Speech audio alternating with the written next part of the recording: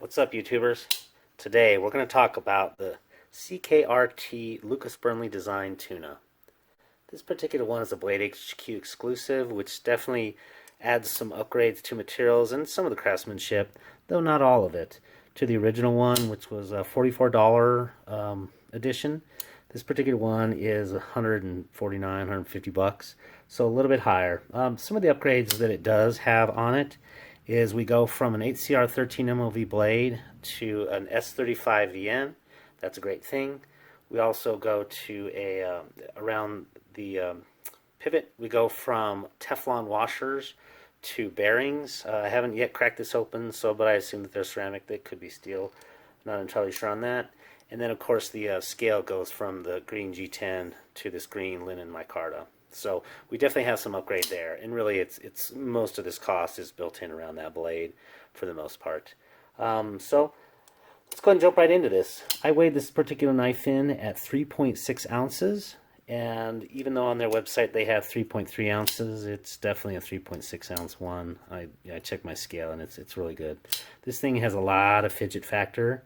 You know, as the first one did as well. You can do the middle flick there on the other side of the thumb studs, but there is no flipper, and it sticks to the truth of the thumb stud deployment here. So that's a good thing. Again, Lucas Burnley-designed. The reason I got this one is because the original knife I gave away because I love the design of it, and I love Lucas Burnley designs. In fact, I have a couple others here that I'll bring out. This is the Squid. Again, this is a BladeHQ edition, and you're going to notice that copper anodized aluminum spacer there, which is similar to this one, and then also the MKM Arvenus, I'm not sure, but this is an Italian-made knife, also Burnley design, that I really liked a lot. Very fair price on that one.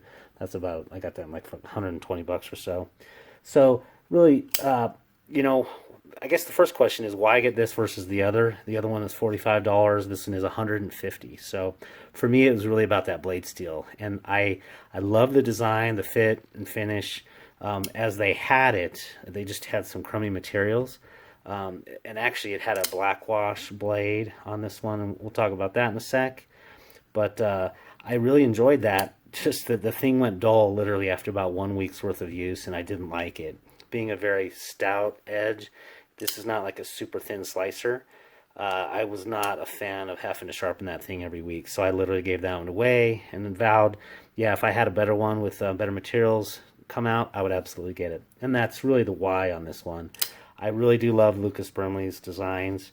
You know, I just show those knives, other knives that he has that I have. In terms of some comparisons, maybe in terms of cost as well as around size and possible use. This particular one here is the Kaiser knives. This is the Ursa Minor Ray Laconico design. So I got that one for about $150 on sale. It normally sells actually for about $180. But it's kind of similar in terms of size and carry, as well as use in terms of, you know, it's not the super thinnest, sliciest blade. I'll just leave that one there. And then the other one that I really kind of thought of was the Hogue EX03. This is with the FRN scales, actually integral design of that frame. It's a push-button lock, but also similar, just a little bit longer blade. This one is a 3.5-inch blade versus this particular Burnley one is a 3.25-inch blade. So again, those would be some kind of comparables. Let's jump right into the pros. What I will say is the pros on this is they made an improvement at just about every front. Like I said, you know, every facet is a little bit better. It's got good comfort, and the materials that they put in definitely add to the fidget factor in this, as well as, you know, the retraction back. It's kind of a heavy blade, and I haven't oiled this or really done any maintenance on it yet, but it's actually, you know, like I said, very, very good in that terms of that and what I wanted. And I have cut and cut and cut on this thing for a few days, and it's doing great. Has not lost any edge on that. So that part of it, fantastic, and I'm really happy for that. Still think it's a heavy price, but you know, the great design of this one, it's very slim in the pocket. You know, let me pull out that EX03, and you can kind of just see the difference in thinness. So this one is a really good EDC knife in terms of it fits very slim in the pocket, and it's also very short. So it's not a super tall knife. and not having a flipper there, so it really goes in pocket very well. The copper anodizing is beautiful and symmetrically done on both sides of the pivot. So I really enjoy that, and it's kind of beautiful. The fact that you have this great Lucas Burnley integrated backspacer with the lanyard loop there, that's a great thing. And then the last thing I wanted to do is show that they really did make an effort at lightening this thing. It is in fact a steel frame. This is not a titanium frame, but hopefully we can see in there. See if I can get some light in there. But they did mill this out really well, so that they took off a fair bit of weight in that. So this particular, the lock side is in fact steel and it's stonewashed, but they did mill it out a fair amount, and so it definitely took some of the weight off. It's still a little bit heavy at 3.6, but not bad. And then the last thing I really want to talk about that is beautiful about this one is not only I think aesthetically, but functionally. This is a fairly high deep carry pocket clip, but it gives you a little bit of grab there. And the two things that I really liked about it is, one is you can see that it's centered right across the lock bar cutout there, and that's actually just kind of a nice little thing with that open clip.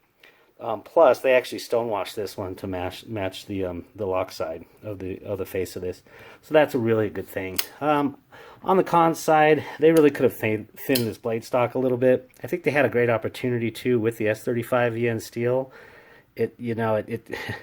It would do just fine, and this is actually still beefy stock, and though it's a fairly tall and high grind, it still is just kind of fat behind the edge. It's not a great slicer. It's a very good cutter, and it cut really well, but in terms of doing things like cardboard boxes and stuff where you're going to be cutting down a lot, it still does bind up a little bit on the top side of those shoulders there. So that would definitely be one of the cons. I think another thing they kind of missed is they could have gone with a stonewash blade on this, and for this price, I think it would have been beautiful to match the stonewashing of the lock side with the blade. But as you can see, they went with the just the satin finish on this, and so you end up showing up all your fingerprints. And again, it's just a little bit disjointed there. We'll see how well that shows up on video. The sharpness of the liners is a little bit pronounced in terms of there was really no knocking down of these. The lock side is just fine, but on the micarta side, it's just a little bit sharp on these. So I'll definitely be disassembling this and knocking those down just the slightest bit. Not a huge deal. It fits the hand, a medium-large hand just fine.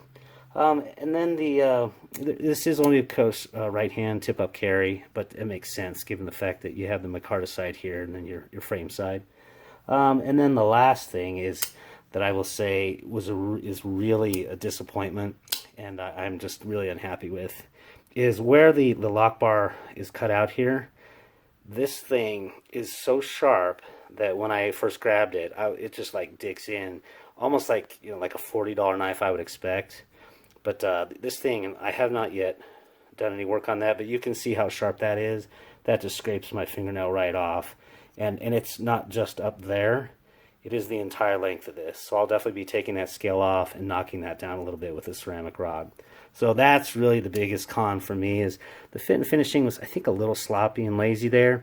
Could have made a choice at the point in time when they really went into production on this to thin the blade out and stone wash it.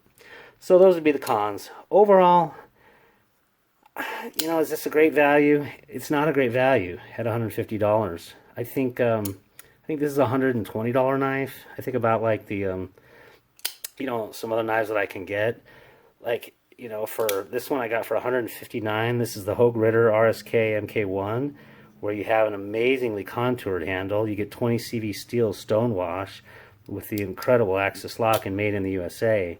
And so for me, I think that's definitely a better value. And then I got also this particular Tucson knife was, I think, in fact, it was about exactly $149 with titanium and then carbon fiber. And this one is M390 steel. I have yet to really test it out a whole lot, but I think this was the TS232 Jerry Jelly design. So as a value goes, I am a little bit disappointed in this, but I still love the Lucas Burnley design of this. It fits my hand perfectly, and it carries great. It's kind of a medium use, not hard use knife. and yet it's one that I will go ahead and let it beat up. I'll go ahead and use this one and beat it up a fair bit. So, you know, if you love the Burnley design, and I do, but I'm not willing, obviously, to spend the thousands of dollars for one of the 6 customs that's made out there, this kind of reaches that balance point. A little bit disappointed on some of the fit and finishing. They could have done better, but, you know, overall, am I glad I got it? Yeah, and this is definitely a knife I'll be using. It's not going to be one that's going to be sitting there. Hopefully, this is worth your time. If you liked it, go ahead and hit that thumbs up button and subscribe if you enjoy this type of content. Have a great day now and take care.